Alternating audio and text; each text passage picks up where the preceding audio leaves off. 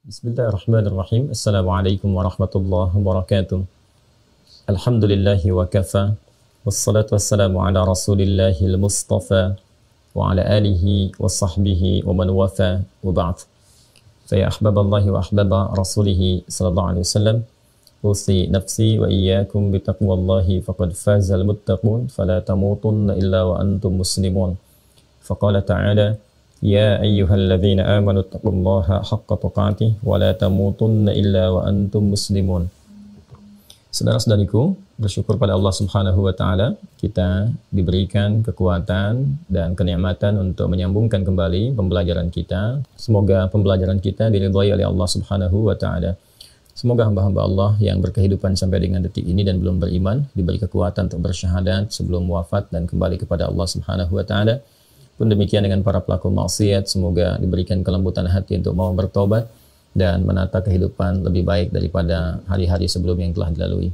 Teman-teman sekalian, kita akan mencoba melanjutkan kajian kita di kesempatan ini, masih pada pembahasan muqaddimah pra-salat, amalan-amalan yang dilakukan untuk mendukung kekhusyuan di dalam penunaian ibadah salat pada pokok bagian kedua dalam syariat Islam, yaitu pokok ibadah. Akidah telah kita tuntaskan, kemudian ibadah sekarang kita tengah kaji, lalu muamalah sebagai implementasi dari nilai-nilai kemuliaan ibadah, dan hiasan tertingginya berupa akhlakul karimah. Kita akan coba lanjutkan kajian kita setelah kita di pertemuan yang lalu menguraikan tentang hal-hal terkait dengan kiblat, baik definisinya, kemudian hikmahnya, caranya, dalilnya, juga keterkaitan dengan persiapan menjelang salat. Saat ini kita akan mencoba membahas tentang korelasi posisi menghadap kiblat dengan berlangsungnya iqamah dalam pendekatan cara dan hikmah. Bismillahirrahmanirrahim. Makna dan hikmah iqamah. Di jumpa kita yang lalu telah diketahui bahwa setelah kita selesai berwudu, kemudian menghadap ke arah kiblat seperti disampaikan, posisi mengarah ke Ka'bah al-Musyarrafah, yaitu yang berada di area al-Masjid al-Haram, dan dipastikan kita bisa menghadapkan diri kita sepenuhnya. Karena itu ketika Allah Subhanahu wa taala menyampaikan kepada Rasulullah sallallahu alaihi wasallam, "Fawalli wajhaka syatral Masjidil Haram," maka mulai detik ini hadapkan dirimu dalam salat itu sepenuhnya. Wajhaka sepenuhnya, ya, dengan keadaan berpasrah kepada Allah Subhanahu wa taala ke arah Masjid Al-Haram, tertuju ke satu titik Ka'bah Al-Musyarrafah. Maka dari itu dalam salah satu hadis doa istiftah dari 9 lafaz itu, ya, ada satu bimbingan yang dibacakan kepada kita, jalur sanadnya tersambung kepada sahabat Ali bin Abi Thalib karramahullahu wajhah kepada Nabi sallallahu alaihi wasallam, dan tercantum dalam Sunan Abu Daud. Nabi menyampaikan, wajjahtu wajhiya lilladzi fataras samawati wal ard. Ya, pada saat ini aku hadapkan diriku sepenuhnya menaati perintah Allah Subhanahu wa taala yang mencipta semesta ini, langit dan bumi, seluruh semesta di alam ini. Jadi hikmah menghadap ke arah kiblat seperti saya terangkan bukan karena ingin mengkultuskan tempatnya, mengangkat lebih dari kemuliaannya. Kita tetap memuliakan tempat itu atas dasar perintah Allah Subhanahu wa ta'ala. Jadi menghadap itu adalah gambaran, cerminan dari ketaatan kita pada perintah Allah. Kalau Allah perintahkan kemanapun kita menghadap, kita menghadap. Allah perintahkan kita dengan apapun, kita lakukan. Allah perintahkan untuk meninggalkan satu hal, kita tinggalkan. Jadi dengan kita menghadap saja, itu sudah ada refleksi kepatuhan, ya, cerminan, pancaran kepatuhan kita kepada Allah. Jadi sudah siap kita untuk menerima segala perintah Allah Subhanahu wa taala, tunduk patuh sepenuhnya. Itulah makna kata wajjahtu, fawalli wajhaka. Jadi kalau sudah kita mengatakan wajjahtu, atau kemudian perintahnya fawalli wajhak, dan gambarannya adalah menghadap ke arah kiblat, ini menunjukkan kesan kepada kita bahwa kita sudah siap sepenuhnya untuk menjalankan ketaatan. Ya. Ya kan? Siap taat.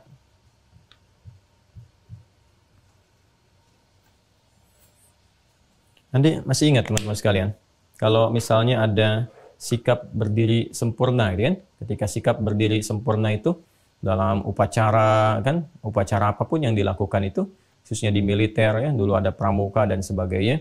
Jadi kalau sudah posisi siap, gerak, badan itu kan tegak, kan, ya kan? Tegak, posisi siap. Ya, siap ini kan artinya siap untuk menunaikan apapun, ya. bersiap siaga, siap sempurna, siap keadaan yang tegak, badannya tegak seperti ini, gitu kan? Dari tegak itu apa yang terjadi? Ya, dari tegak seperti ini, kakinya kan ada posisinya tertentu tuh. Ya, tidak terlalu lebar juga, tidak terlalu rapat juga, tapi tegak sempurna yang memungkinkan kita itu berada dalam kondisi yang seimbang. Nah, keadaan yang seimbang, yang tegak, yang siap mengerjakan apa yang diperintahkan, apakah lencang kanan, lencang kiri, itu kan, hadap kanan, hadap kiri, maju dan seterusnya, lari-lari kecil, itu keadaan yang sempurna, tegak, siap, kan, untuk mengerjakan sesuatu. Itu disebut dengan qama yaqumu, ya, qiyaman. Ya, qama yaqumu.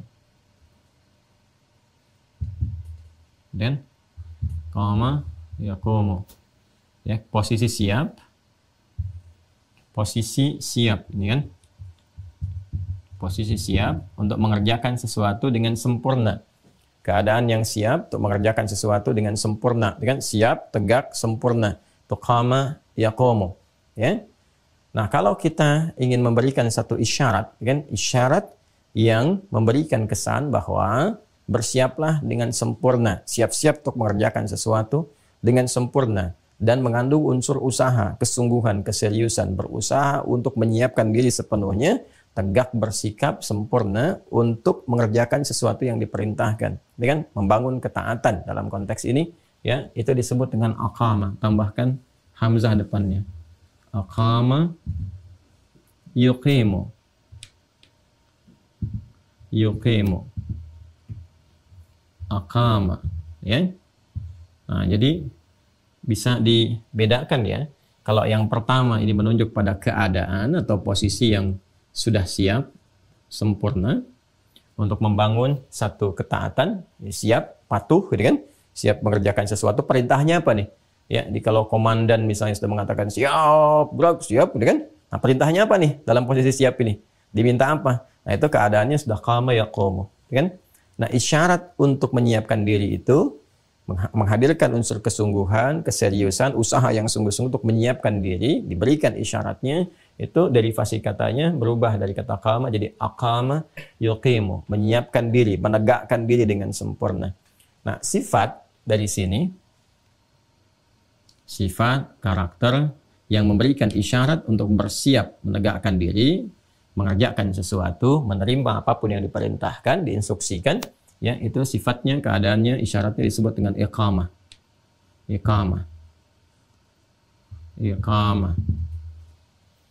Ini kata kerjanya, ya kan? Ini kata bendanya, ini verbnya, fi'ilnya, aqama yuqimu, ini nounnya, ya, isimnya. Kalau ini sudah memberikan satu kesan isyarat untuk siap dimulai, isyarat untuk siap dimulai. Kalau sudah kata iqamah berarti ada isyarat untuk siap, ya, untuk menyiapkan ketaatan, kemudian juga menegakkan diri dengan sempurna dan bersiap sepenuhnya menerima apa yang diinstruksikan. Ini disebut dengan iqamah, turunan derivasi dari kata aqama yuqimu. Baik, ya? Pelan-pelan. Kalau kita kemudian mendengar itu iqamah, kemudian diisyaratkan, disiapkan, nah, maka kita pun secara pribadi sudah harus menyiapkan dirinya, keadaan kita siap itu, nah ini disebut dengan qama yaqumu. Orangnya disebut dengan qaimun. Ya. Qaim. Posisinya disebut dengan qiyam. Qiyam. Qiyam. Pelan-pelan, ya. Nah, karena itu orang-orang yang sudah siap sempurna menerima apapun yang diinstruksikan kepadanya, kondisi, keadaan fisiknya sempurna, tegak, keadaan hatinya siap menerima apapun yang diberikan, cawan hatinya itu siap dikasih apa aja, diinstruksikan, siap dikerjakan. Ya kan? Pikirannya siap merekonstruksi semua yang diperintahkan itu untuk dieksekusi, diberikan petunjuk kepada semua bagian tubuh untuk dijalankan. Ya, itu alhamdulillah. Nah, itu bersin. Mukallah jami'an. Ya. Nah, itu kondisi tadi yang sebelum bersin itu yang saya sampaikan, itu disebut dengan qaim, qaimun, qama yaqumu, gitu kan? Itu qaim, orangnya qaimun. Ya. Kalau dikaitkan dengan salat, Ya, qaimun yang siap, posisi menerima perintah apapun untuk menunaikan salat, ya. Nah, ini qaimun yusalli. Qaimun yusalli. Nah, dia posisi siap untuk menerima apapun yang diperintahkan, ya, demi memulai salat. Ya, yusalli itu kan bisa akan, bisa sedang, terus berlangsung sampai selesai. Ya, jadi kalau ada kata qaimun yusalli dalam Al-Quran, itu punya 3 maknanya. Satu, makna pertama, saat akan memulai, apapun yang diperintahkan, siap dikerjakan, ya kan? Siap. Kemudian bisa makna yang kedua, berlangsung, sedang sholat. Ya, sedang sholat. Jadi membawa kesiapan itu terus berlangsung saat sedang sholat. Seperti akan memulai siap diperintahkan, saat sholat pun diperintahkan ruku, dia ruku. Diperintahkan sujud, dia sujud. Itu maksudnya kesiapan itu dibawa dalam semua proses sholat. Sampai yang ketiga berakhirnya, sampai ujung sholatnya. Jadi posisi ini, ya qama, yaqumu, qaim, itu kan, qaim, itu dibawa dari awal mula sampai sedang sholat, sampai akan berakhir sholat. Jadi memberikan kesan kepada kita, turunan kata-kata ini bahwa dalam sholat itu kita harus memiliki kesiapan penuh untuk menerima instruksi apapun yang siap dikerjakan. Baca ini, baca. Lakukan ini, lakukan. Jangan ketika diperintahkan membaca, lisannya baca, pikiran kemana-mana. Jangan ketika diperintahkan yang lain ruku, ini masih berdiri, gitu kan? Nah, jadi ini kondisinya, ini mahal sekali. Kelihatan sederhana tapi mahal. Kalau kita turunkan, teman-teman sekalian, ini misalnya di antara kata-kata ini di dalam Al-Quran yang memberikan langsung isyarat diksi yang berlangsung atau terhubung pada perintah Allah langsung atau keterangan dari Allah langsung. Misal, kata-kata qaimun yusalli misalnya ditemukan di Quran surah ketiga Ali Imran di ayat 39. Ini tentang kisah Nabi Zakaria alaihissalam. Fanadathul malaikatu wa huwa qa'imun yusalli fil mihrab anna Allah yubashshiruka bi Yahya. Hati-hati ya, ini materinya terlihat ringan, terlihat seperti biasa, tapi dampaknya sangat besar. Ternyata keadaan ini itu adalah support awal menuju kehusyuan yang diantara dampak pertamanya adalah mempercepat terkabulnya doa. Jadi sikap kita yang siap sepenuhnya menerima segala instruksi, perintah yang Allah berikan dengan segala bentuk ketaatan, siap taat, sami'na wa ata'na, siap patuh, diperintahkan ruku, ruku, perintahkan sujud, sujud, diperintahkan takbir, takbir. Sikap ini, kesungguhan, keseriusan dalam membangun ketaatan kepada Allah yang diwujudkan dalam bentuk diksi tadi, itu dampak pertamanya bisa mempercepat terkabulnya doa. Karena itu ketika Nabi Zakaria alaihissalam memohon kepada Allah, bahkan pada hal yang diduga mustahil dalam pandangan manusia secara klinis, secara medis ini nggak memungkinkan. Ya, seorang perempuan, mohon maaf, divonis secara klinis, medis, monofus dan mandul untuk memiliki keturunan itu hal yang mustahil menurut pandangan manusia. Tapi bagi Allah tidak ada batas dalam pemberian. Dan menariknya, ketika hamba bersungguh-sungguh membangun ketaatan, ketawakalan, kepasrahan, memohon kepada Allah, dan siap taat dengan sempurna, melakukan apapun yang Allah perintahkan, maka feedback yang diberikan, perhatikan balasannya. Allah bahkan mengabulkan apa yang menurut manusia itu mustahil terjadi sepanjang hamba itu membutuhkannya. Maka ketika beliau menunaikan salat, Nabi Zakaria alaihissalam memohon kepada Allah dengan sikap ini, doanya baru disampaikan kepada Allah, sikapnya baru dibangun di awal-awal berdiri dalam sholat, kan? Sikapnya baru dibangun, berdoa kepada Allah, seketika dikabulkan. Belum menunggu sholatnya selesai. Ya, di ayat 38 itu kan doanya. Hunalika da'a Zakaria rabbah, qala rabbi habli min ladunka dzurriyyatan thayyibah innaka sami'ud du'a. Itu dipanjatkan dengan sikap ini, qa'imun yusalli fil mihrab. Tahu dari mana? Di ayat 39. Ya, fanadathul malaikatu wa huwa qa'imun yusalli. Ini mahal sekali ya, mahal sekali. Anda mungkin sulit menemukan ini di beberapa buku gitu. Kita harus coba gali dulu. Karena itu fokus betul-betul pada ini dan nanti praktekkan ya setiap di kesempatan salat. Fanadathul malaikatu, maka malaikat turun kemudian, ya kan? Menyeru Nabi Zakaria dan menyampaikan kabar gembira, berita baiknya. Annallaha yubashshiruka bi Yahya. Allah kasih kabar gembira, kamu akan punya anak, gitu kan? Bahkan namanya diberikan oleh Allah langsung, Yahya. Apresiasi tertinggi, namanya pun Allah berikan. yang mustahil menurut manusia, lahir dari rahim seorang perempuan yang divonis secara klinis dan medis nggak mungkin memiliki keturunan. Kata Allah, tidak ada yang tidak mungkin, tidak ada yang mustahil. Allah memberi tanpa batas. Yahya hidup dan hidup dia. Kapan itu terjadi? Wa huwa qaimun yusalli. Fanadatul malaikatu wa huwa qaimun yusalli. Jadi sikap ketaatan ini, kesungguhan, keseriusan yang dibawa dalam menunaikan salat, sikap taat, ini manfaat pertamanya, feedback pertamanya, kan? Ini bisa mempercepat terkabulnya doa. Mempercepat terkabul doa. Dan sholat itu esensinya kan doa. Karena itu di awal jumpa kita, saya pernah menyampaikan di kitab-kitab fikih, kan? Sholat itu dimaknai dengan doa. As-sholatu loghatan ad-doa. Sholat menurut bahasa itu adalah doa. Tapi kenapa diksinya dipilih kata sholat tidak langsung dengan kata doa? Untuk memberikan kesan konektivitas yang kuat, ketersambungan kepada Allah. Jadi kalau doanya ingin dikabul, sambungkan sepenuhnya dari kita. Nah, sikap membangun ketersambungan itu, konektivitas itu, sehingga terdapat silah hubungan kuat kita, terkoneksikan kita dengan Allah. Lain rasanya kan, ada feel kita. Ya, kita merasakan, punya rasa, ada feeling kita. Jadi begitu kita bermohon, ada getaran dalam jiwa kita itu. Beda ke suara lain. Ke dalam getaran ke jiwa itu menggerakkan suasana batin kita, fisik kita, ya kan? Untuk terkoneksikan dengan baik. Nah, keadaan itulah yang awalnya dibangun dengan sifat ini. Ya, turunan qama, yaqumu.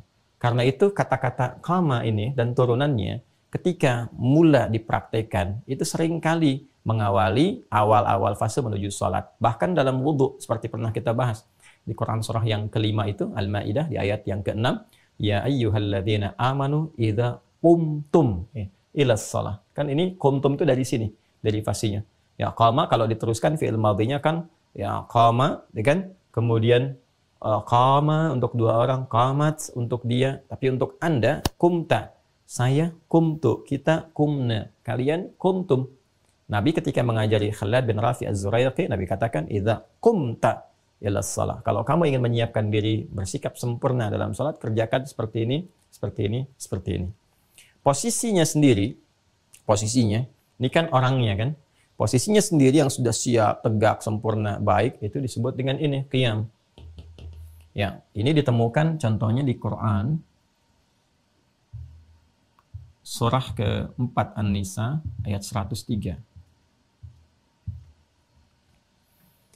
فَإِذَا قَضَيْتُمُ الصَّلَاةَ فَاذْكُرُوا اللَّهَ قِيَامًا وَقُعُودًا وَعَلَى جُنُوبِكُمْ. Jika Anda telah tuntas mengerjakan salat, maka berzikirlah kepada Allah Subhanahu wa taala. Ya, makna zikir itu banyak, kalimat thayyibah, dan di antaranya salat. Ada salat setelah salat, kan? Bukankah setelah salat fardu juga salat sunnah, kan? Nah, ini menunjukkan semua sifat zikir kalau dilakukan dengan berdiri. Jadi, tetap zikir apapun jenisnya, apalagi dengan menggunakan sholat, posisinya menggunakan kata qiyam, sikap taat, sikap patuh. Ya, jadi kalau kita posisi berdiri, sedang berdiri, dibawa ke suasana sholat, kan diantara makna zikir, puncaknya kan sholat. Wa aqibis sholata lidzikri. Demikian di Quran surah ke-20, Taha, ayat 14 itu. Dan tunaikan sholat sebagai zikir kepada aku, kata Allah Subhanahu wa ta'ala. Nah, posisi ini diberikan diksinya, ditegaskan dengan kata qiyam. Artinya, kalau kita mau sholat, mau melakukan puncak zikir kita kepada Allah, harus dibangun kesiapan kita, siap untuk taat. Ya, jangan sampai pekerjaannya seperti zikir, tapi hatinya tidak terkondisikan siap untuk menaati. Lisannya tidak siap, pikirannya tidak siap. Isyarat untuk menyiapkan semua ini, supaya betul-betul posisinya bagus, kemudian keadaan kita juga konsisten. Nah, isyaratnya ke sini, turunan katanya. Aqama yuqimu.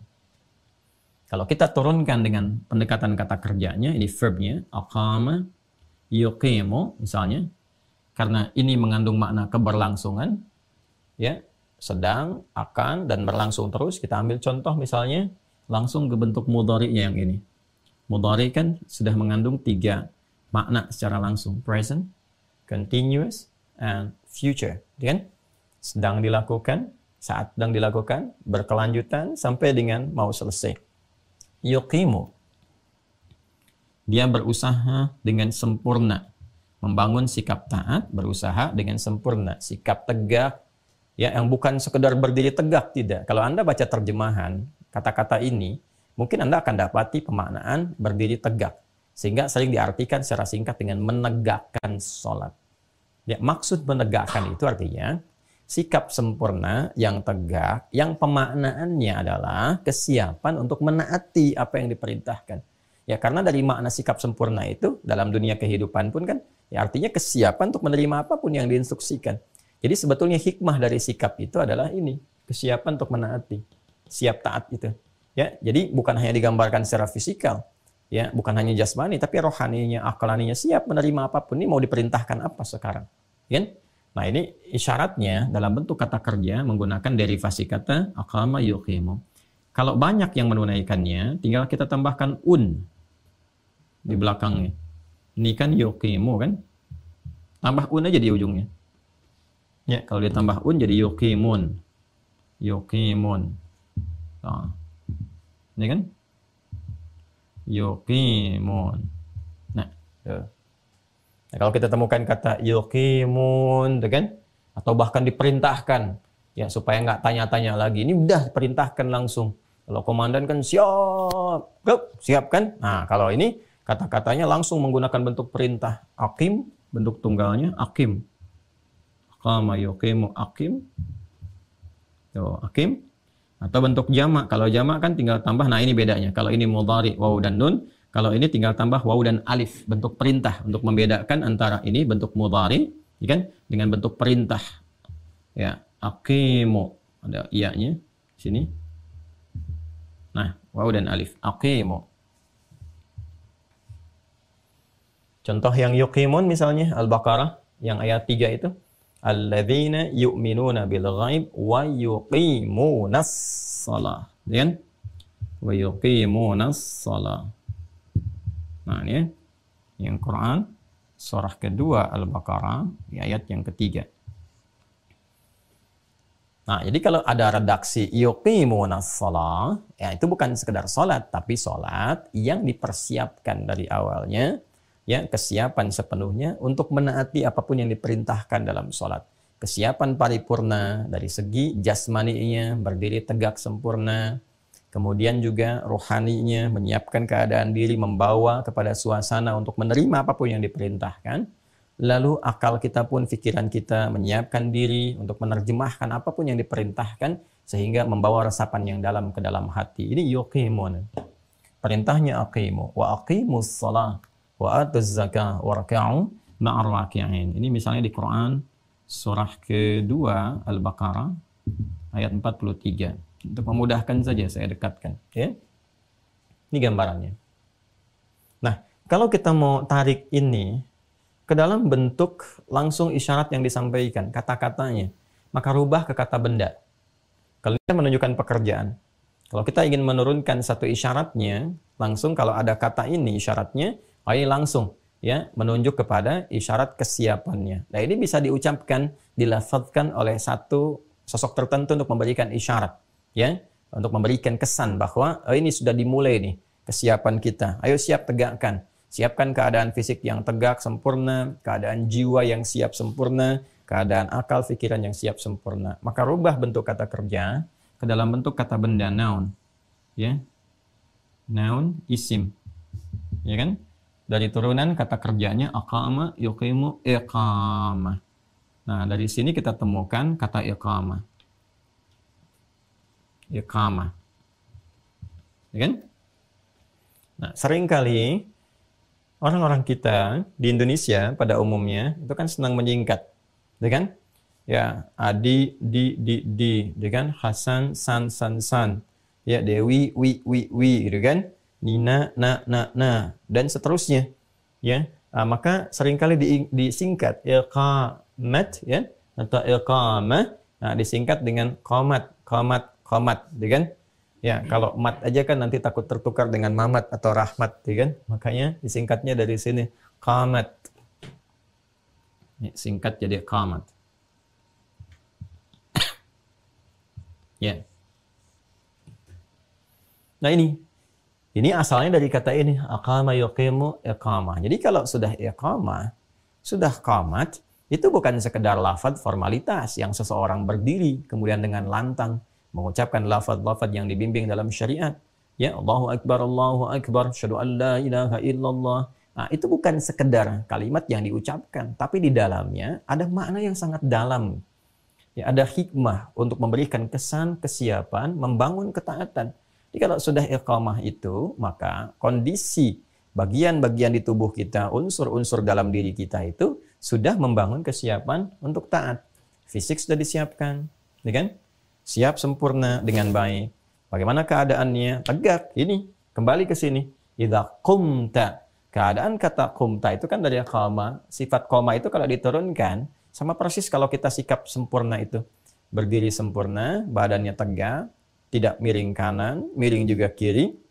Makanya kalau udah mau sholat tidak usah begini-begini, apalagi sudah mau qomat, sudah tegak sempurna, siap. Jadi kalau sudah dengar iqamah itu, sudah. Wah, ini sudah waktunya meninggalkan semua hal terkait dengan urusan-urusan dunia dan sebagainya. Karena ini isyarat tertinggi nih untuk memulai kesiapan kita dalam membangun ketaatan, ibadah. Masya Allah, menghadap Allah gitu kan, dikasih isyarat nih. Ya, saya kadang-kadang melihat kalau dalam baris berbaris itu, baik di pramuka, ya kan, ataupun misalnya masuk ke militer, Masya Allah, paskibra aja kan kalau kelihatan latihan tuh, ya saya ngelihat yang laki-laki kalau paskibra itu yang ikhwan kalau sudah siap-siap, Masya Allah gitu kan, siap, wah fokus banget tuh tatapannya, lurusnya, badannya tegak, itu dalam hal konteks dunia dan menariknya kadang-kadang baru latihan gitu, kebayang nggak? Baru latihan itu. Ya kenapa dalam urusan dunia kita bisa menyiapkan begitu rupa sampai konsentrasinya full concentration gitu kan? Ya kepada satu titik yang siap untuk dimulai. Kenapa? Ketika terkait dengan aspek-aspek yang menjadikan pemenuhan segala hajat kita itu terpenuhi, tercukupi, kita tidak melakukan satu kegiatan-kegiatan yang seperti kita kerjakan sebelumnya. Membangun fokus, kekuatan, menghadirkan kehusyuan, kan? Kita ini dibutuhkan itu. Nah, jadi mulai badannya tegak, sempurna, ya badan tegak, kemudian kaki juga posisinya, ingat sikap sempurna aja, tidak terlalu rapat. Kalau kita misalnya turunkan ini, ya kamera mas tolong, ya adminnya, coba sorotkan ke kaki, nah ini ya, tidak terlalu begini tuh rapat begini, nah tidak juga terlalu lebar begini, ya kan? Sikap sempurna saja, yang paling gampang sejajar dengan bahu, ya.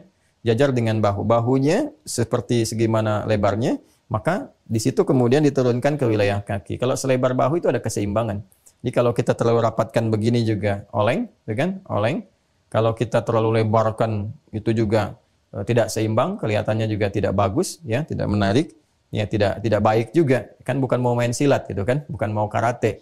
Itu sikap sempurna untuk tegak menunaikan ibadah. Jadi kalau kita kemudian berdirinya pas, ya, naikkan kameranya ke bahu, ya, dipaskan, ya. Nah, teman-teman sekalian, diturunkan, tadi turun, kemudian sekarang naik. Nah, ini dipaskan dengan bahu ke bawah itu. Nah, ini kan keadaan tegaknya sudah mulai nyaman, ya, sudah mulai sempurna. Persis seperti berdiri kita, sikap berdiri sempurna saja, ya kan? Nah, ini teman-teman kondisinya seperti apa yang tadi diutarakan. Ini tegak, sudah siap. Ini baru posisinya, posisi tubuh, ya, keadaan tubuh kita. Saya mohon izin ya kalau saya menyesuaikan kondisi karena kita ini qadar Allah di subuhnya terbatas nih kameramen, jadi saya harus berikan penyesuaian. Baik. Jadi ini kondisinya tegak sudah ya, kemudian siap ke bawah. Ini secara fisik. Nah, saat yang bersamaan ingat baik-baik. Sifat dalam sholat ini kan membangun sikap taat, kepatuhan, ketundukan, ya, dan kepasrahan yang tinggi yang disupport oleh seluruh bagian unsur-unsur yang menyinergikan keberadaan manusia itu sendiri, yaitu fisiknya, secara jasmaninya, kemudian akal pikirannya. Ini nggak boleh ada yang miss ya. Kemudian terakhir rohnya, rohaninya. Yang ini jasmani. Nah, jadi membangun sikap ketaatan yang dimaksudkan itu, ini turunannya ke sini, di semua aspeknya, semua bagian dari manusia itu sendiri.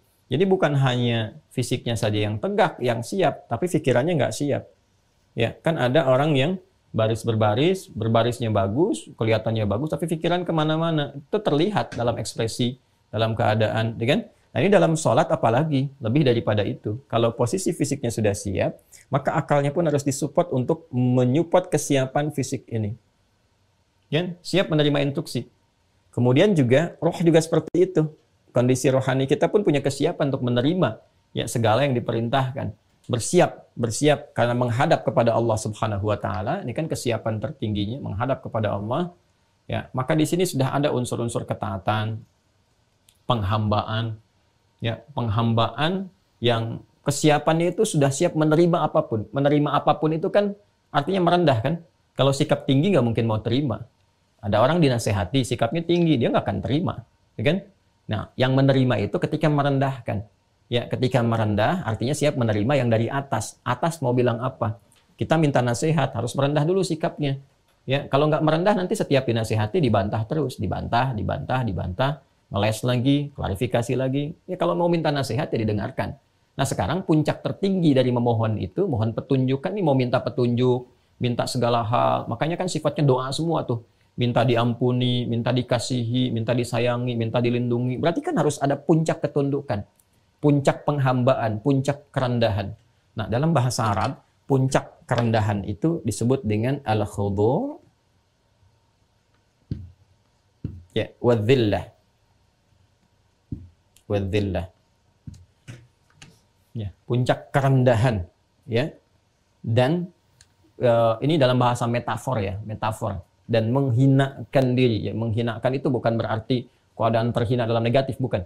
Tapi menggambarkan satu bentuk metafor, majas, yang merendahkan serendah-rendahnya. Ya, kita ingin menerima sesuatu, kita coba merendahkan diri dulu. Ya, merendahkan sikap kita, diberikan instruksi, kita kerjakan. Nah, kalau kita merendah, instruksi itu pasti akan diterima dengan baik, dijalankan dengan sempurna. Semakin banyak yang kita inginkan, minta perlindungan, ya kan? Minta kebutuhan, minta kemudian kesehatan, segala hal kita mintakan. Maka harus ada puncak kerendahannya. Ya. Puncak kerendahan itu sifatnya apa? Sifat berusaha menghinakan diri ya di hadapan yang tertinggi. Menghinakan itu bukan menghadirkan sifat yang negatif dalam konteks ini. Tapi memosisikan diri secara proporsional memang serendah-rendahnya. Puncaknya itu ini namanya khudu' wa dhillah. Ya. Karena itu sikap kalau sudah merendah, kita mau minta nasihat nih pada ustadz, ya kan? Kepada Kiai Habib dan turunannya misalnya, minta saran, minta masukan. Terus kita merendahkan dulu, apapun posisinya. Jadi kalau posisi Anda itu meminta, berarti Anda sedang rendah. Jangan merasa tinggi. Ya, minta tapi merasanya tinggi. Nah, itu nggak akan pernah mendapatkan solusi. Ya, nggak akan pernah. Jadi turunkan dulu keadaan diri kitanya. Baru akan masuk apa yang diberikan. Allah bimbing lewat hikmah. Tapi sekali lagi, kalau kita merasanya tinggi, minta nasihat tapi diberi nasihat, kita belum merendahkan diri. Itu biasanya yang muncul selalu seperti itu. Debate. Ya, kemudian mengklarifikasi, ngeles lagi, bantah lagi, yang nggak akan pernah masuk dan tidak akan pernah merasa ya bahwa ada sesuatu yang harus dikoreksi atau diberikan saran. Ya, kalau seperti itu untuk apa minta masukan? Ya kan? Maka keadaan kita ketika merendah itu posisi apapun, mau orang kaya, ya, mau orang misalnya kedudukan, Anda datang ke ulama, mau minta saran, Anda sekaya apapun, jangan tampakkan kekayaan, rendah karena sedang minta saran. Ya, itu loh. Kalau punya kedudukan setinggi apapun datang ke ulama merendah. Ya, karena sedang minta sesuatu untuk diberi. Kalau membawa posisinya tinggi, ya itu susah. Makanya ulama-ulama wara terdahulu itu nggak ingin menerima orang-orang yang datang dengan masih membawa ketinggian, sedangkan dia dalam kebutuhan. Ya, butuh tapi merasa tinggi. Jadi dulu tuh pernah ada ulama-ulama tuh yang sangat menarik sifatnya dari zaman-zaman dulu dan terwariskan. Kekinian mungkin sangat jarang yang seperti ini. Jadi kalau ada yang mau datang berkunjung, siapa yang berkunjung? Ya, itu masih membawa lekat jabatan misalnya. Pejabat fulan atau kedudukan fulan, itu kadang nggak mau terima. Kenapa? Karena dia datang membawa jabatan gitu. Bukan datang membawa kebutuhan yang ingin dikonsultasikan. Jadi begitu disampaikan pun kesannya masih tinggi. Ya kan?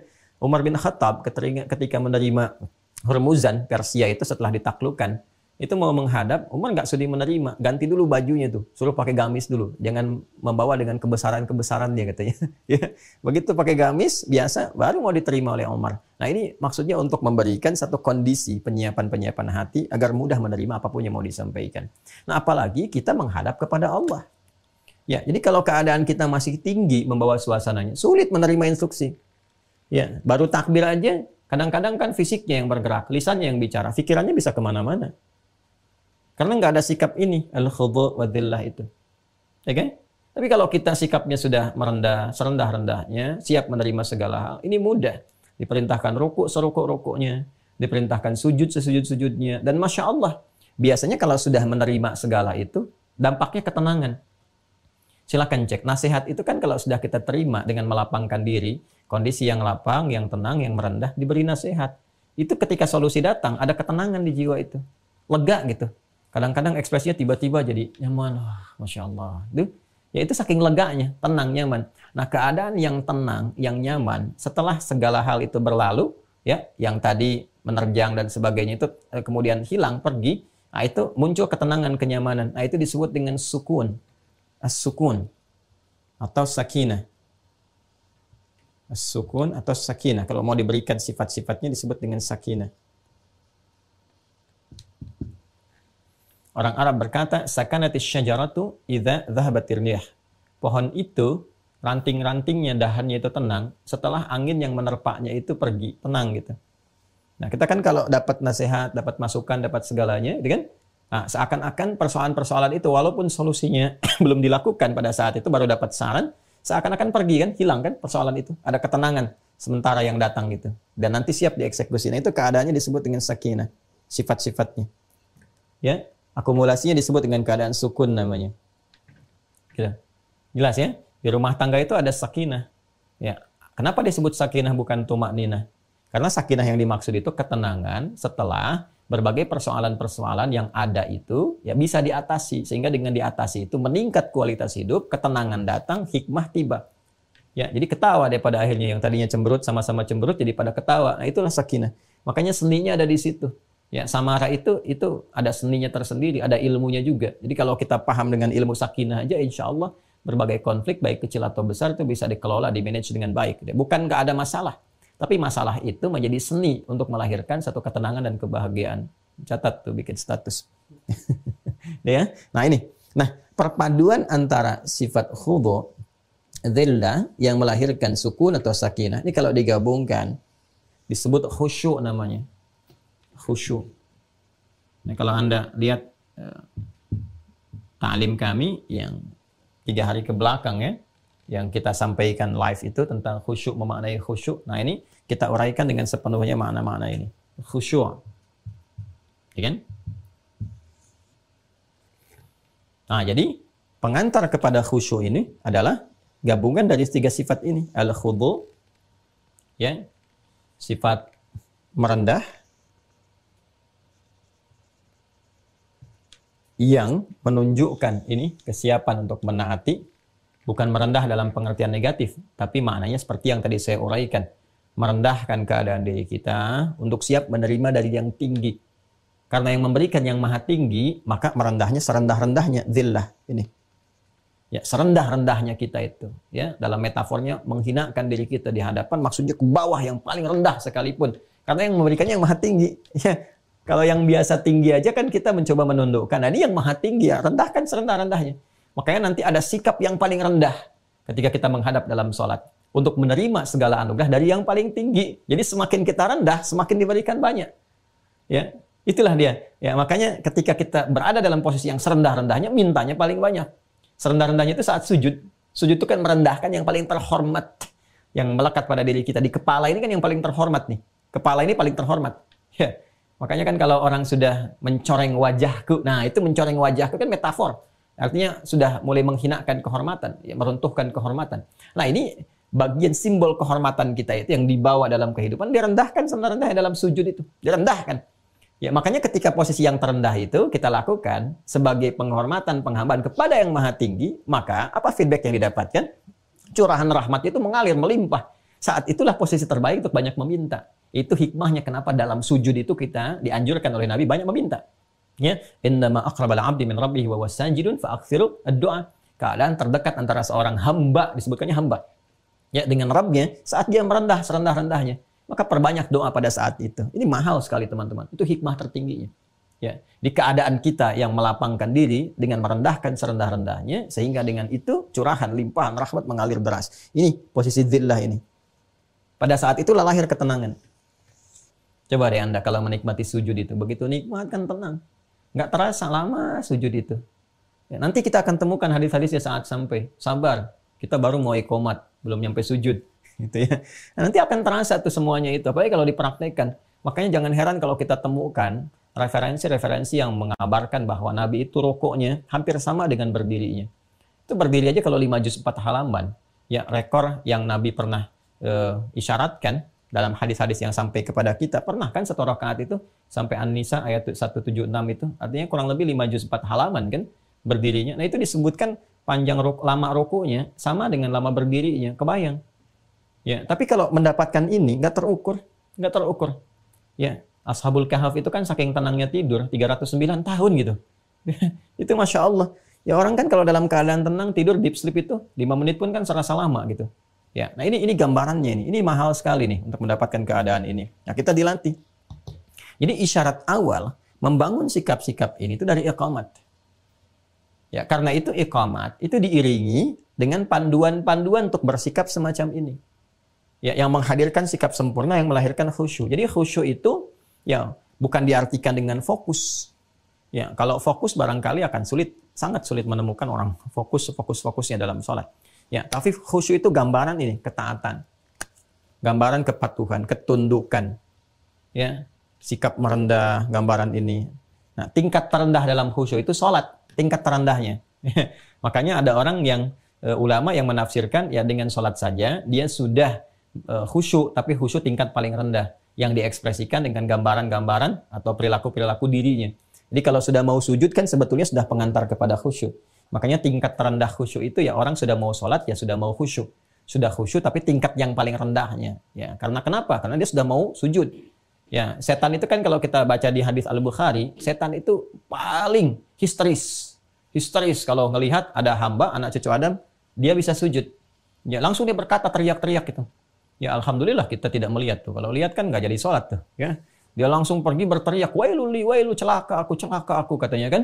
Ya, umir ibnu Adam liyasjud fayasjud, indama umirtu lisujudi fala asjud. Ya kan? Celaka aku. Bahasanya kurang lebih demikian di hadis itu.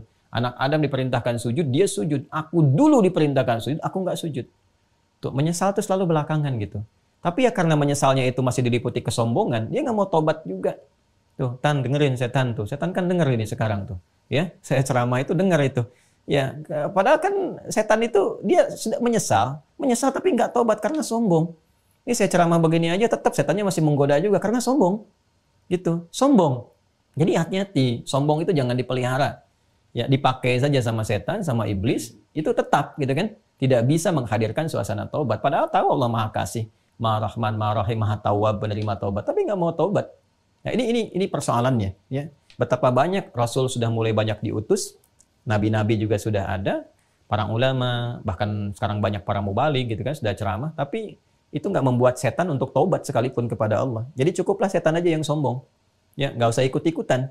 Jadi kita justru dibangun satu sikap yang oleh Allah mesti ada sifat kontra dengan setan. Ya kan? Setan itu tidak pernah kenal benar, selalu salah dan tidak mau taubat. Malaikat selalu benar, tidak pernah kenal salah. Ya, manusia itu berpotensi salah tapi bertobat. Itu bedanya dengan setan. Ya, jadi kalau setan salah nggak mau tobat, kalau manusia salah dan bertobat. Jadi kalau ada manusia yang melakukan salah dan nggak pernah mau tobat, itu patut diduga dirinya dikuasai oleh setan. Ya, patut diduga dirinya dikuasai oleh setan. Segera bebaskan diri dari itu semua. Ya kan? Nah, ini teman-teman sekalian gambarannya. Ini membangun sikap-sikap demikian nih, sikap khusyuk itu, kepatuhan. Ini tingkat terendahnya masih mau sholat. Alhamdulillah, ada anak, ya, suami, istri, kerabat, masih sholat. Alhamdulillah, sudah ada bekal. Alhamdulillah, sudah ada bekal awal. Tinggal meningkatkan kualitas kekhusyuan itu menjadi lebih baik supaya feedbacknya dapat nih. Mempercepat doa, tanha 'anil fahsya'i wal munkar, ketenangan dalam jiwa. Nah, itu berbagai hal yang kita butuhkan dalam menjalani roda kehidupan. Ini jalannya. Ya. Nah, ini teman-teman sekalian, ini gambaran yang kita bisa hadirkan sehingga membangun sifat awal pengantar pada khusyuk. Ya. Nah, sekarang bagaimana kemudian menghadirkan sikap-sikap ini ketika mulai mendengar ini iqamah. Ya, mulai mendengar iqamah. Seperti apa menghadirkannya? Nah, nanti ada yang terkait dengan fisik. Ya kan? Ada yang terkait juga dengan akal, pikiran. Ada terkait dengan roh. Nah, ini punya porsinya masing-masing. Sebelum saya terangkan, saya ingin mengingatkan kepada Anda untuk betul-betul fokus pada titik ini. Ya, karena ini sangat penting dan ilmunya sangat mahal gitu. Ya, kalau Anda baca 1-2 kitab belum tentu menemukan ini. Ya. Nah, semoga Allah berikan taufik pada kita semua ya. Jadi betul-betul Anda perhatikan karena ini gambaran-gambaran yang insya Allah akan merubah keadaan kita saat menunaikan sholat. Kalau benar kita mengerjakan, insya Allah ya dengan izin Allah Subhanahu wa Ta'ala. Baik ya, pelan-pelan. Pastikan kondisi saat akan menunaikan sholat itu secara fisik. Satu, kita menyiapkan dengan sempurna dengan memberikan sokongan atau pendukung-pendukung penyiapan yang menunjukkan kesungguhan kita ketika menghadap Allah dalam sholat. Baik, langsung saja. Quran surah ke-7, di kondisi pertamanya. Pastikan ini terjadi ya. Quran surah 7, ayat 31. Ya bani Adam, khudhu zinatakum 'inda kulli masjid. Ada ayatnya? Hei anak cucu Adam, Allah langsung menyampaikan, kenakan perangkat terbaikmu. Bahkan kalau mau diartikan terindah, kan, yang terbaik, yang terindahmu. Ada khudhu zinatakum 'inda kulli masjid. Ya, mungkin kalau baca terjemahan di setiap masjid. Tapi kalau kita mau mengambil tafsirnya, ya setidaknya maknanya mengarah ketika seruan di setiap masjid itu sudah mulai terdengar. Panggilan-panggilan dari masjid itu sudah mulai sampai. Ya, panggilan-panggilan dari masjid itu kan adzan, Allahu Akbar, Allahu Akbar. Ya, puncaknya qomat. Kadang-kadang kan qomat juga terdengar. Pakai mic juga, ada yang suaranya kencang sampai terdengar. Ya kan? Nah, kalau sudah mendengar isyarat-isyarat itu, Anda sudah siapkan, kenakan pakaian terbaik yang terindah. Ya, bukan yang mahal, ya, bukan yang macam-macam lah sifat-sifat keduniaan yang melekat, tapi yang dimaksudkan adalah menunjukkan kesungguhan kita, cari yang terbaik. Ya, terbaik sesuai ketentuan syariat ya. Ingat, sesuai ketentuan syariat. Syariat mintanya seperti apa? Ya, dengan Anda mau sholat misalnya pakai kebaya yang belum tentu keadaan kebayanya nggak sesuai dengan keperluan-keperluan dalam sholat. Ya, bukan diartikan nggak boleh, tapi kesesuaian. Silahkan bentuk kebaya yang seperti abaya misalnya kalau mau, yang bisa dipakai dalam sholat yang baik, tapi tidak ada unsur tabarruj juga. Ya, berlebih-lebihan. Di Indonesia, alhamdulillah sudah ada mukena dan sebagainya. Makanya orang Arab, itu ada berapa fase atau berapa lama yang Allah izinkan berada di negara-negara Arab itu rata-rata kagum dengan orang Indonesia itu. Ya, Indonesia, Malaysia kan tidak jauh berbeda itu culture-nya itu kan. Jadi kalau datang tuh sudah pakai mukena, jadi kelihatannya putih semua. Gitu, Masya Allah gitu. Kelihatan bagus. Saya kalau ketemu orang Arab tuh Indonesia selalu kesannya kalau sedang sholat di ibadah tuh Masya Allah, Masya Allah, Masya Allah. Karena semua kelihatan gitu. Nah ini penampilan itu juga memberikan kesan pada kesungguhan dan kekhusyuan. Ya, jadi dari awal, kita yang laki-laki, saya, Anda, kita yang laki-laki, siapkan pakaian terbaiknya. Ya. Dan ini sudah normal, secara logika pun dipahami, Anda diundang oleh pimpinan dan mengenakan pakaian terbaik. Sekarang diundang oleh yang maha menguasai segala hal.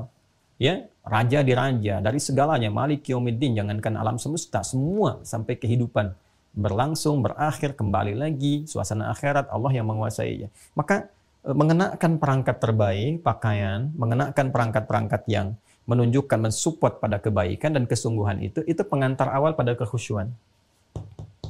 Ya, kalau tidak percaya silahkan saja rasakan. Ada aura yang berbeda gitu kan. Ya, ada rasa yang tidak sama ketika sholat hanya menggunakan perangkat-perangkat sekadarnya. Taruhlah ada yang menggunakan kaos saja, hanya sekedar yang penting nutup aurat gitu kan. Itu udah kelihatan kalau sudah ada kata-kata begitu, pakai rasanya lain kok saat dipakai sholat itu. Ya, atau Anda mengenakan mukena misalnya yang ya taruhlah sudah tidak dicuci berapa lama waktu dan sebagainya, walaupun tidak terlihat ada najis dan seterusnya, tapi ketika digunakan beda kan kalau mengenakan pakaian yang bersih, yang rapih, laki-laki gunakan wewangian yang sewajarnya dan seterusnya, itu rasanya beda, sensasinya tidak sama. Nah itu pengantar kepada kekhusyuan. Ya, makanya semakin tinggi kualitas sholat yang ditunaikan, seperti Jumat misalnya, itu kan beda tuh. Ya, perintah-perintah yang mengiringinya. Bahkan Nabi katakan mandi dulu, kan seperti mandinya engkau janabah, pakai kemudian pakaian terbaik, pakai wewangian. Lain, ambil saf pertama, keadaannya akan nikmat itu. Beda dengan nunggu-nunggu khatib naik ke atas mimbar, dengan terpaksa jalan berkeringat, pakaian masih melekat, dengan pakai kaos dan macam-macam. Suasana khutbahnya juga terasanya beda. Penerimaannya tuh iya aja, iya tuh ngangguk gini sambil matanya merem, iya aja, ya. Tapi tidak merasakan kenikmatan khusyuk dan sebagainya.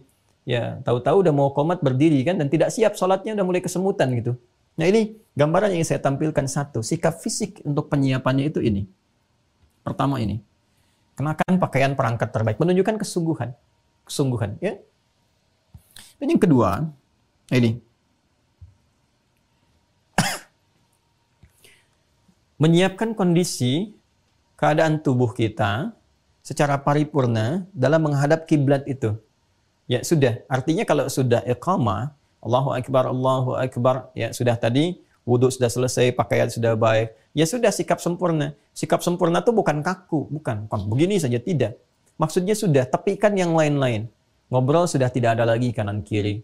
Handphone sudah mati gitu kan, udah nggak dibawa dalam sholat, sudah nggak ada lagi kegiatan-kegiatan yang dikerjakan, mengondisikan keadaan fisik kita sepenuhnya, ya bersiap untuk sholat saja. Itu yang dimaksudkan dengan fawalli wajhaka. Wajhaka, ini kan keadaan diri kita sepenuhnya, hadapkan sepenuhnya. Makanya ketika kita bertakbir, Allahu Akbar itu kita mengucapkan nanti, ya, imma kita membangun kehusyuan lewat penyesalan diri kita yang pernah berbuat maksiat, dan membangun ketaatan, meminta ampunan pada dosa-dosa yang dikerjakan dengan mengatakan misalnya Allahumma ba'id, atau kita membangun komitmen sepenuhnya, mengarahkan pada suasana kehusyuannya dengan mengatakan wajjahtu. Artinya kalau itu udah komitmen betul-betul. Ya, maka kedua itu kondisi fisik ini yang sepenuhnya bersiap untuk menunaikan ibadah sholat yang sempurna dilakukan mengarah ke kiblat. Ya, dia sudah tidak ada obrolan, ya, sudah tidak ada diskusi dengan yang lain, udah nggak ada colek-colekan, dan sebagainya. Apalagi urusan dunia udah tepikan. Ya, jangan sudah iqamat Allahu Akbar, masih ngobrol juga. Yang dirapat masih di bawah juga. Ya, dan nggak usah diskusi masalah imam. Siapa imamnya nih? Tahu panjang nggak ya? Nah, udah fokus aja.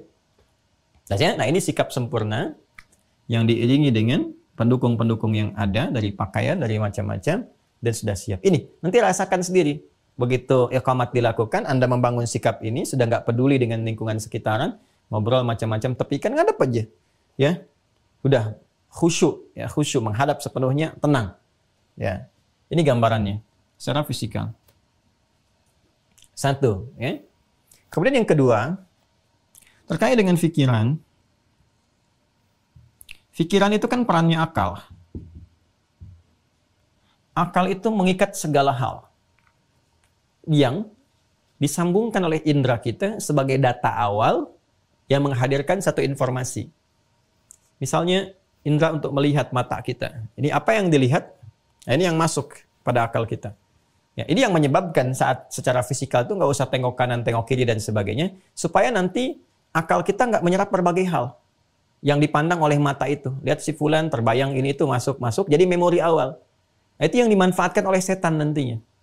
Ya, setan itu kan, saya pernah katakan, di dalam sholat, itu ada setan khusus yang bertugas, namanya khinzib.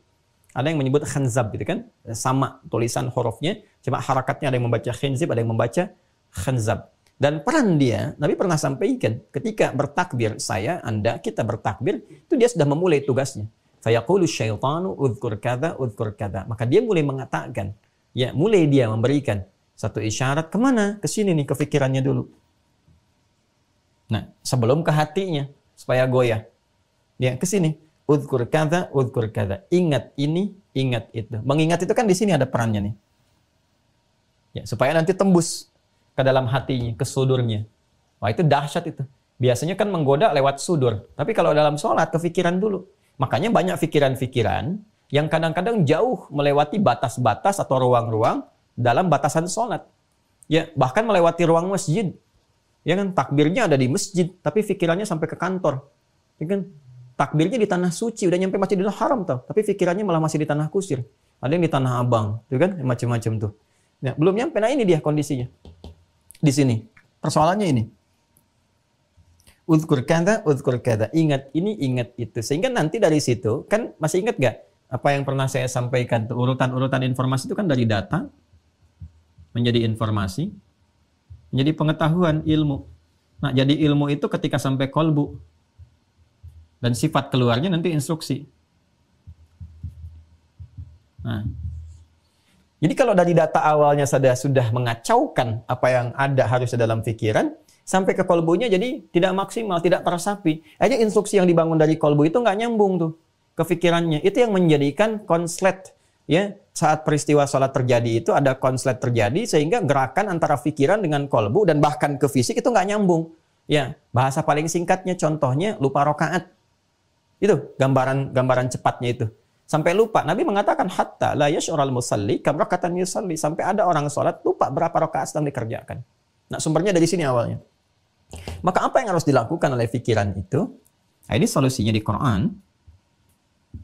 Surah ke-29 ayat 45 di pembukanya. Udah ya? Yang ini Quran surah 7 ayat 31, yang sempurna hadap kiblatnya saya turunkan saja Quran surah kedua ayat 144. Ya, ini untuk paling gampangnya aja. Sudah? Yang ini langsung ke sini lagi Quran surah 29 Al-Ankabut ayat 45. Lihat di pembuka awalnya. Utslu. Itu kata kuncinya. Utslu ma uhya ilaika minal kitab. Ini. Dimulai sebelum salat. Utslu ma uhya ilaika minal kitab. Turunan kata tilawah. Sebelum dimulai salat, Allah memberikan petunjuk tegas kepada kita. Utslu kata perintah. Tilawah masih ingat? Saya pernah sampaikan maknanya. Baca, pahami. Lalu amalkan apa yang dipahami itu. Baca, pelajari, pahami. Nah, semua hal terkait sholat idealnya untuk mengondisikan pikiran kita itu baik dan bisa mengiringi keadaan sholat sehingga bisa mensupport pada kehusuan. Idealnya kita mengerti apa yang dibaca dan dilakukan dalam sholat. Sebelum sholat dikerjakan, idealnya kita mempelajari dulu. Kalau sekedar untuk menggugurkan formalitas kewajiban yang melekat dan mengantarkan pada tingkatan khusyuk yang paling rendah, yaitu sekedar sholat ditunaikan, tuntas. Selesai. Nggak ada masalah, babnya bukan ini. Tapi kalau motivasi kita ingin mendapatkan feedback ini, mempercepat terkabul doa, kemudian tadi ya yang pernah disampaikan manfaat-manfaat, merubah perilaku jadi lebih baik, menghadirkan ketenangan, ini mutlak diperlukan. Ya, jadi apa yang harus dilakukan? Harus dilakukan adalah kita mempelajari dulu, memahami. Dari mulai takbir, bacaan yang diucapkan Allahu Akbar, pikiran harus paham, harus mengerti itu. Ya, nanti fungsinya apa? Akan mengiringi kegiatan fisik. Jadi begitu fisik itu mengatakan Allahu Akbar, lisan mengatakan Allahu Akbar, pikiran mengiringi dengan menerjemahkan. Sehingga ikut di pemaknaan itu. Allahu Akbar, pikirannya langsung menerjemahkan Allah Maha Besar. Ketika pikiran menerjemahkan, konektivitas ini akan ke hati nyambung, ke rohnya. Roh ada di kalbu, roh merasakan. Ya, roh yang meresapi. Jadi kalau singkatnya begini, begitu Anda kemudian kita memulai, contoh ya dalam sholat, kan ini mengangkat nih, ya kan? Allahu Akbar, gitu kan? Nah ini kalau nanti kita masuk ke makna-makna, ya asrarul salat, ya terus makna-makna gerakan dan bacaan salat, hikmahnya itu apa? Saya ambil cepat saja ya, misal, ambil gerakan pertama.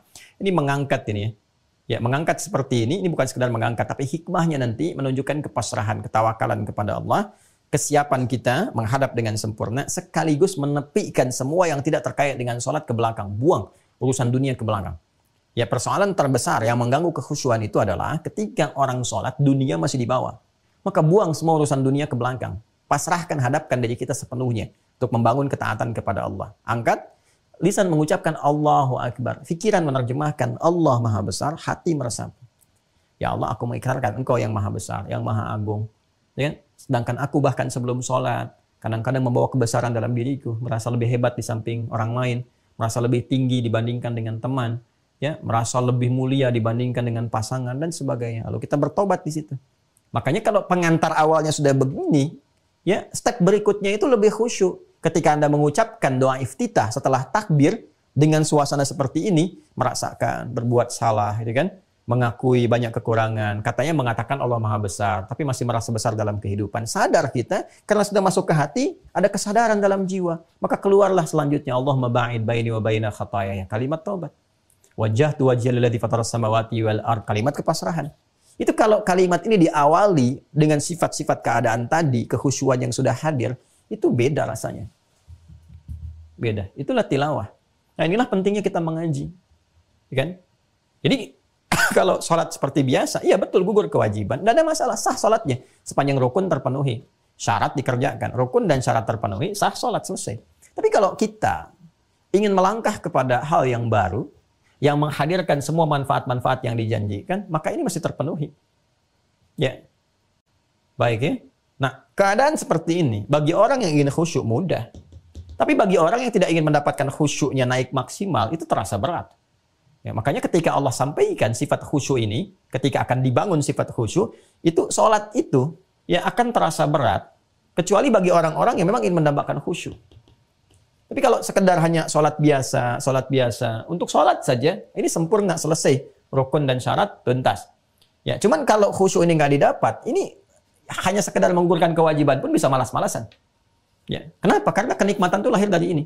Ini yang dimaksudkan wasta'inu bis-sabri was-shalah wa innaha lakabiratun illa 'alal khashiyin. Salat itu bisa jadi berat ditunaikan kecuali bagi orang khusyuk. Jelas ya? Nah, ini keadaan sampai step yang kedua. Yang ketiga terkait dengan roh, qalbu, yang tempatnya di qalbu, di nafas. Di qalbu itu kan puncak segala rasa. Ya, perasaan, tenang, gelisah, cinta, suka, duka, adanya dalam jiwa. Bawaan dari perasaan kita, dari rasa ini. Ya. Karena itu bahasa qalbu beda dengan bahasa akal. Orang kalau sudah nggak bisa diajak berdialog dengan akal, sentuh qalbunya. Sentuh qalbunya. Dan qalbu itu biasanya lebih sensitif. Ya, sentuhlah ia tepat di hatinya. Maka ia akan jadi milikmu untuk selamanya. Gitu kan? Anak, pasangan, ya, kemudian juga ya diri kita dan sebagainya. Ini di qalbu, dalam jiwanya. Nah, sentuhan kepada qalbu ini bahasanya berbeda dengan bahasa akal. Apalagi dengan bahasa-bahasa fisik, tidak. Dia lain dia. Ya, kita bicara dengan ibu itu beda. Ya, ibu itu yang mengandung, memberikan ASI. Maka setiap kalimat-kalimatnya itu bukan hanya sampai ke pikiran, itu langsung ke jiwa. Wajar kiranya anak-anak itu datang ke ibu untuk konsultasi, jarang ke ayah. Ya, karena ayah itu kalau diskusi biasanya lebih banyak kepada pikiran, mematangkan akal, mematangkan cara berpikir. Makanya di Al-Qur'an tuh banyak sekali informasi-informasi dialog anak dengan ayah itu untuk mematangkan sifat berpikir. Ismail alaihissalam dengan Ibrahim alaihissalam untuk mematangkan sifat berpikir. Ya bunayya inni ara fil manami anni adbahuka fanzur madza tara. Duhai anakku sayang, aku lihat engkau dalam mimpi papa dan papa menyembelih kamu. Pendapatmu gimana? Kematangan berpikir. Ya. Nabi Yusuf alaihissalam dialog dengan ayahandanya, Ya'qub alaihissalam. Ya, wahai ayahanda, ya abati, saya melihat dalam mimpi saya, ya, ahada asyara kawkaba wa syamsa wal qamara ra'aituhum li sajidin.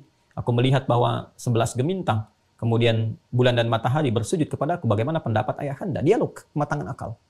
Ya, kematangan akal. Nah, tapi kalau dengan ibu, itu kematangan emosional.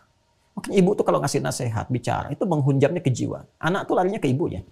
Untuk minta pendapat, kasih sayang, perlindungan, dan sebagainya. Itu ada rasa nggak terpisahkan. Makanya kalau anak diantar orang tua ke pesantren, itu yang baru melangkah pulang, itu yang nangis ibunya duluan. Bapak yang nenangkan. Itu kan tugasnya begitu biasanya. Ya, udah kompak tuh ngantar ke pesantren, siap. Ya, 3 hari sebelum berangkat masih merasakan. 2 hari mulai ada perasaan yang berbeda. Sehari pas mau berangkat mulai nangis. Apa-apa nanti aja ke pesantren tahun depan. Tidak, udah berangkat. Ya, dan nyampe pesantren mulai itu. Ya, pulang-pulang udah pengen nengok, padahal baru ngantar gitu. Itu biasa, itu ibu, nggak terpisahkan dalam suasana apa. Kenapa? Karena ada rahmat. Ya, dalam rasa, dalam jiwa. Nah, dalam sholat, kalau kita ingin menghadirkan puncak kehusyuan, maka ini qalbunya yang disentuh. Nah, Al-Quran sudah mengajarkan bagaimana cara menghadirkan sentuhan dalam jiwa sehingga perasaan itu tertaut sempurna dalam sholat saja. Tidak pada yang lain. Terbawa ke situ. Itu jawabannya nanti ada di Quran, surah kedua. Ayat ke-46. Ya, kita bersabar, saya tuntaskan sekarang ya, supaya selanjutnya kita sudah mulai bisa sholat. Ini kan masih belum sholat ini. Ya, kita tuntaskan dulu di sini. Ya, ini ketika Allah Subhanahu wa taala menerangkan tentang kondisi khusyuk maksimal ya yang paripurna, ini memberikan sentuhan ke qalbunya dulu. Di ayat ke-45-nya kan tegas disampaikan, wasta'inu bis-sabri was-shalah, wasta'inu bis-sabri was-shalah wa innaha lakabiratun illa 'alal khashi'in. Salat itu rasanya mungkin berat kecuali bagi orang khusyuk. Kalau khusyuk jadi ringan, malah nikmat salatnya. Kadang-kadang berlama-lama dalam salat kan. Siapa mereka itu? Ayat 46-nya langsung menjelaskan, alladzina yadhunnuna annahum mulaqu rabbihim wa annahum ilaihi raji'un. Masyaallah. 2 hal. Alladzina, ketika menggunakan alladzina di sini memberikan kesan bahwa peluang khusyuk itu terbuka bagi semua hamba. Besar, kecil, tua, muda, laki-laki, perempuan, sangat terbuka. Ya, dan rahmat Allah dibuka untuk semua tanpa kecuali. Jadi bukan hanya seorang alim, ulama yang bisa khusyuk, tidak. Ya, yang bukan ulama pun bisa khusyuk. Yang bukan ustaz bisa khusyuk. Ya, sepanjang dia mau khusyuk, bahkan alim bisa tidak khusyuk kalau dia tidak memasuki kualifikasi ini. Maka hal yang pertama dimunculkan kata Al-Quran, alladzina yadhunnuna annahum mulaqu rabbihim. Membangun sifat khusyuk dalam jiwa, qalbun ya. Tadi kan fisik sudah, pikiran sudah, dalam qalbu satu. Adalah orang-orang yang mampu merasakan, ya, mampu merasakan, menyiapkan bahwa dia akan menghadap kepada Rabbnya. Gitu kan? Jadi yang pertama, merasakan. Jadi persiapan-persiapan ini yang telah dilakukan dibawa ke rasa nih. Kerasa. Ya, jadi sudah masuk ke kalbunya, merasa nih, sudah merasa. Merasa apa? Merasakan menghadap kepada Rabb. Ya, menghadirkan suasana untuk menghadap ya kepada Allah. Ya, dan menggunakan kata Rabb. Nah, ini indah sekali kalimatnya. Saya bayangkan begini ya. Anda akan bertemu dengan orang yang Anda kagumi. Ya kan? Yang Anda sering dengar masukan, nasihat, macam-macam. Atau Anda akan bertemu dengan pimpinan yang Anda kagumi. Ya, di kantor, di kegiatan, di pekerjaan, dan sebagainya. Lalu, bagaimana persiapan Anda untuk menghadap itu? Kalau tiba-tiba ada panggilan atau undangan dan sebagainya. Beda antara persiapan biasa dengan persiapan yang dipenuhi oleh rasa. Jadi kalau rasa itu ada, rasa kagum, rasa hormat, dan sebagainya, itu persiapannya akan lain. Kan lain. Ya, saya saja kalau bertemu dengan guru gitu ya, yang kita hormati, kita kagumi, Masya Allah, saya pribadi itu menyiapkan diri itu beda. Ya, pakai pakaian tuh yang bukan hanya yang baik, tapi saya cari yang paling halal yang saya dapatkan, insya Allah halal gitu yang kita dapatkan. Tapi kita cari yang kayaknya yang perjuangannya itu paling baik, yang paling istimewa, paling bagus, dengan suasana yang baik. Kenapa? Saya mau menghadap guru saya. Jadi, pimpinan juga kalau ada di pekerjaan, institusi dan sebagainya, mau menghadap itu kan beda rasanya. Kalau ada rasa kagum, ya apalagi hormat yang kita tahu ini akan memberikan arahan dan sebagainya dari pimpinan itu, maka cara menghadapnya akan lain. Nah, ini Allah segalanya, maha segalanya. Allah maha segalanya. Dan diksi yang digunakan menggunakan kata Rabb. Rabb. Ya, Rabb. Masya Allah. Rabb ini kan puncak segala perhatian, pemberian, perawatan, dan sebagainya. Mengandung sifat rububiyah itu. Ya, mengabulkan doa. Makanya saat kita meminta kan menggunakan kata Rabb. Rabbana, Rabbana, Rabbana. Rabbana zalamna anfusana, Rabbana la tu'akhidna in nasina wa akhtana, Rabbana atina fid dunya hasanah fil akhirati hasanah wa qina adzabannar. Rabb yang merawat semesta alam. Alhamdulillahi rabbil alamin. Yang kita memiliki perjanjian dan komitmen, alastu bi rabbikum qalu bala syahidna. Itu yang digunakan kata-kata itu. Supaya memberi kesan apa? Kata Allah itu, kamu sekarang akan menghadap kepada yang selama ini merawat kamu. Ya kan? Menyehatkan kamu, menyembuhkan kamu saat sakit. Mengabulkan apa yang mau kamu minta, memenuhi hajatmu. Nah, rasakan itu. Ini rasa, bukan fikirkan. Rasakan itu. Ya, kok bisa menghadap kepada manusia yang belum tentu mengabulkan hajat, walaupun telah berdandan, persiapan begitu tinggi. Sekarang kepada yang telah menunggu Anda, dan memberikan waktu Anda untuk menghadap, sehari itu bisa 5 kali, yang pokok itu pun diwajibkan harus menghadap. Supaya dikasih solusi. Selebihnya bebas. Di luar itu silahkan kapan aja minta. Di waktu duha silahkan, di malam hari tahajud silahkan. Itu menggunakan kata Rabb. Seharusnya kalau itu diterima dengan bahasa kolbu, itu sangat menyentuh kepada jiwa. Harusnya menyentuh kepada jiwa. Ini saya menghadap kepada yang telah memberikan segalanya untuk saya. Bahkan manggilnya pun luar biasa, ditegaskan dalam iqamah kan. Ya Allahu Akbar, syahadu an la ilaha illallah, syahadu anna Muhammadar Rasulullah. Syahadu an la ilaha illallah, syahadu anna Muhammadar Rasulullah. Itu kan komitmen pertama rububiyah kita dalam kandungan. Ya, yang Quran surah ke-7 ayat 172 itu.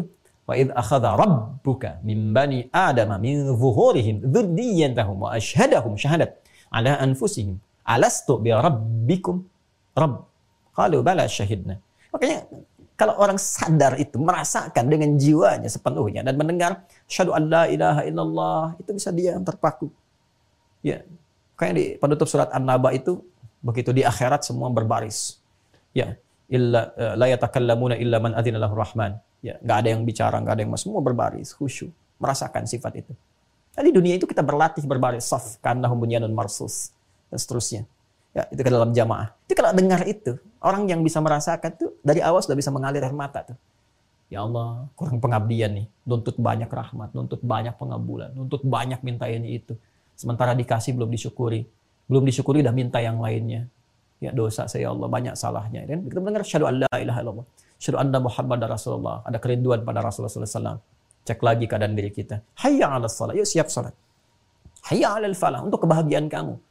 bukan untuk memberatkan kamu, untuk kesuksesan kamu. Itu kalau dihadirkan dalam jiwa kita, tunduk kita. Disentuh pertama kali, lalu ditutup dengan kalimat yang indah, wa annahum ilaihi raji'un. Balik ke Quran surah kedua ayat 46.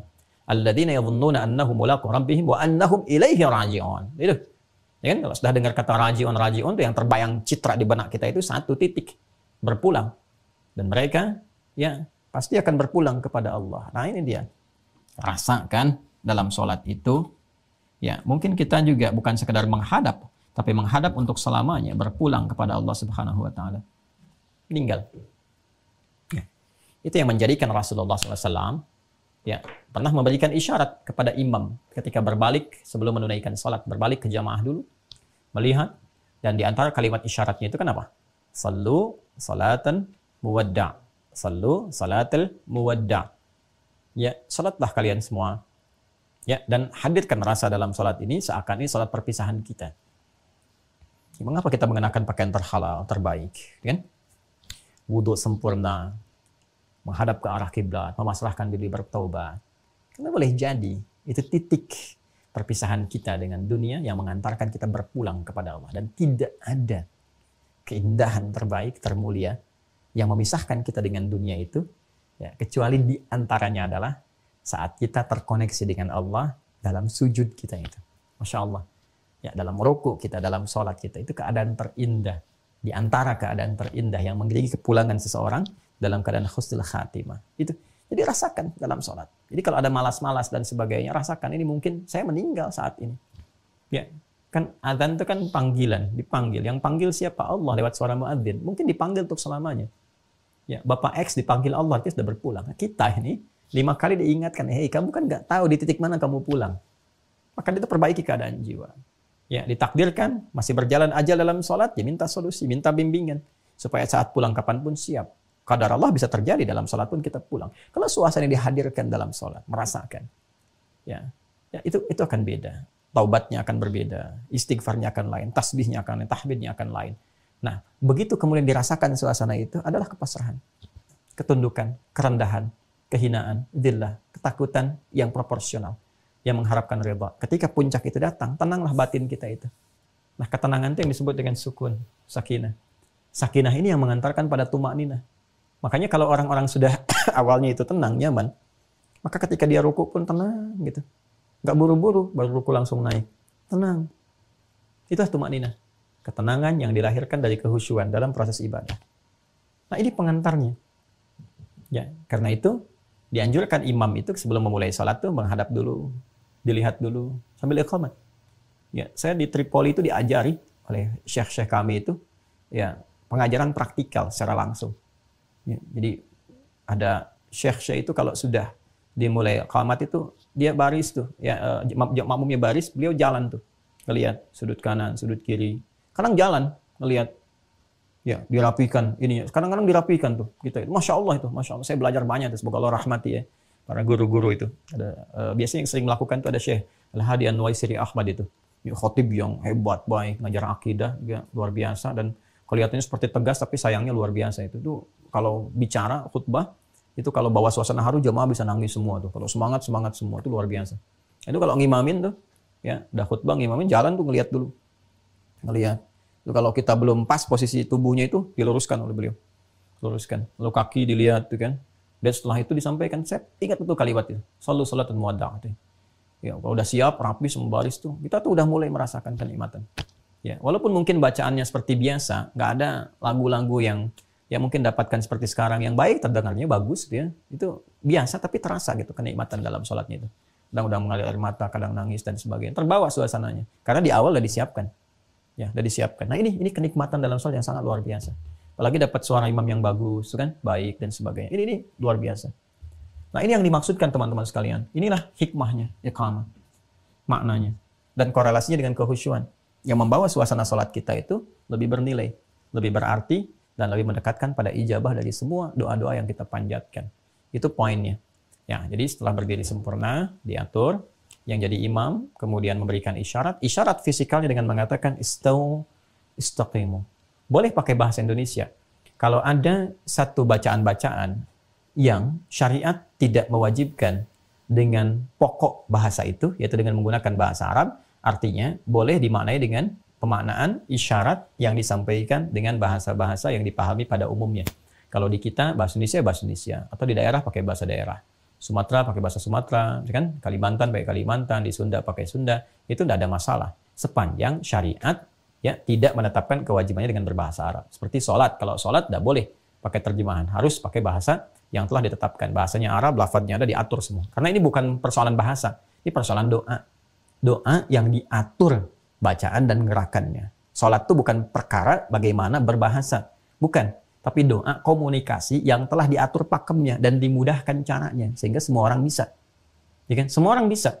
Nah, jangan katakan kok menyulitkan, kenapa orang Indonesia nggak pakai bahasa Indonesia aja. Nanti orang Arab bilang, kenapa harus pakai bahasa nggak bahasa Arab saja. Semua orang bilang begitu. Maka Allah hadirkan lewat petunjuk melalui pengajaran Rasulullah, dibimbing. Nih, kasih pakem yang begini, caranya begini, bacanya begini, yang semua orang bisa melakukannya. Makanya orang Indonesia bisa, orang Jepang bisa, Cina bisa, Amerika bisa, orang Arab bisa, semua bisa. Dan Masya Allah, sepanjang berusaha bisa fasih, bisa sempurna. Nah ini, siapkan, istaqimu, karena ini bahasanya ma'nawi, menggunakan isyarat, maka boleh menggunakan bahasa kita. Bapak Ibu tolong luruskan ya safnya. Ya, luruskan, rapatkan dengan baik, rasakan. Ya, kita akan menghadap saat ini pada Allah Subhanahu wa Ta'ala. Dan boleh jadi ini salat yang terakhir yang kita tunaikan. Itu mohon rasakan kehusuan dalam jiwa kita. Terbalik deh, terus lihat siapa yang salat. Supaya bisa memetakan surat apa yang dibaca sesuai dengan keadaan makmumnya. Itu yang demikian tuh nyaman. Ya, nyaman. Nah, tapi kalau adzan, iqamat, nggak boleh terjemahkan bahasa pokoknya. Quran nggak boleh. Ya walaupun ada terjemahan, dibacanya tetap pakai bahasanya apa? Bahasa Arab ya. Ya, karena itu dalam pembicaraan kita pun menyebut surat-surat itu akan terangkat kemuliaan keistimewaannya dan pengaruh dari kata-kata itu ketika disebutkan dengan bahasa aslinya. Al-Baqarah, kesannya lain. Ada getaran ke jiwa. An-Nisa, Ali Imran, An-Namal, An-Nahl. Lain. Beda kalau Anda misalnya dengan teman bicara, sedang murajaah surat apa? Sapi betina. Kamu apa? Surat semut. Lain tuh. Jadi kejiwanya nggak ada sentuhan-sentuhan tersendiri. Nah ini bahasa sholat langsung menggunakan bahasa pokok pakemnya. Adzan demikian, Quran demikian. Tapi kalau di luar pakem-pakem itu, ya yang Nabi memberikan isyarat dengan bahasanya yang maknawi sifatnya, silahkan disampaikan dengan sifat yang memahamkan.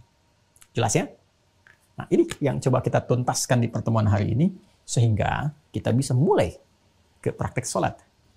Nah, inilah teman-teman kurang lebih 5-6 episode muqaddimah pengantar sholat yang saya harus memaksa diri untuk menyampaikan supaya memberikan pengantar pada suasana berbeda saat menunaikan sholat dengan pelajaran-pelajaran yang dimaksudkan itu. Ada satu gambaran-gambaran lain yang menguatkan jiwa kita sehingga hanya terpaut kepada konsentrasi sholat kita saja yang diisi konsentrasi itu dengan nilai-nilai kehusyuan. Saya kira itu yang bisa diuraikan di kesempatan kali ini. Semoga Allah Subhanahu wa Ta'ala mengampuni kita semua. Saya sekali lagi minta maaf hal-hal yang menyinggung, hal-hal yang tidak tepat yang disampaikan, kata-kata yang mungkin diterima kurang bijak.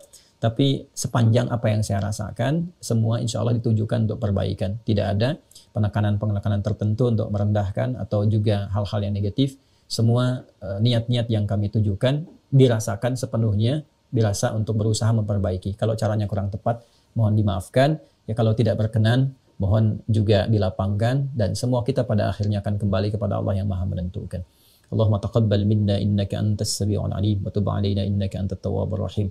Allahumma tubna ilaika ya Allah, tubna ilaika taubatan anta ta'lamu juhdana ya arhamar rahimin fit taubati anta ta'lamu sirrana ya Allah ya arhamar rahimin wa ilaniyatina wa alaniyatana ya rabbal alamin. Rabbana atina fid dunya hasanah wa fil akhirati hasanah wa qina adzabannar. Allahumma barik lana ya Allah fi kulli umurina wa fi amrina wa fi kulli ashhurina wa shuhurina wa ayyamina. Barik lana fi Rajab hadha ya Allah wa barik lana fi Sya'ban alladhi ya arhamar rahimin. Allahumma barik lana fi Ramadanina wa balighna Ramadanina ya arhamar rahimin bi rahmatika wa ridhaka ya rabbal alamin. Wa sallallahu ala sayyidina Muhammad wa ala alihi wa sahbihi ajma'in. Subhanakallahumma bihamdika nashhadu an la ilaha illa anta nastaghfiruka wa natubu ilaik. Wa akhiru da'wana alhamdulillahi rabbil alamin. Assalamualaikum warahmatullahi wabarakatuh.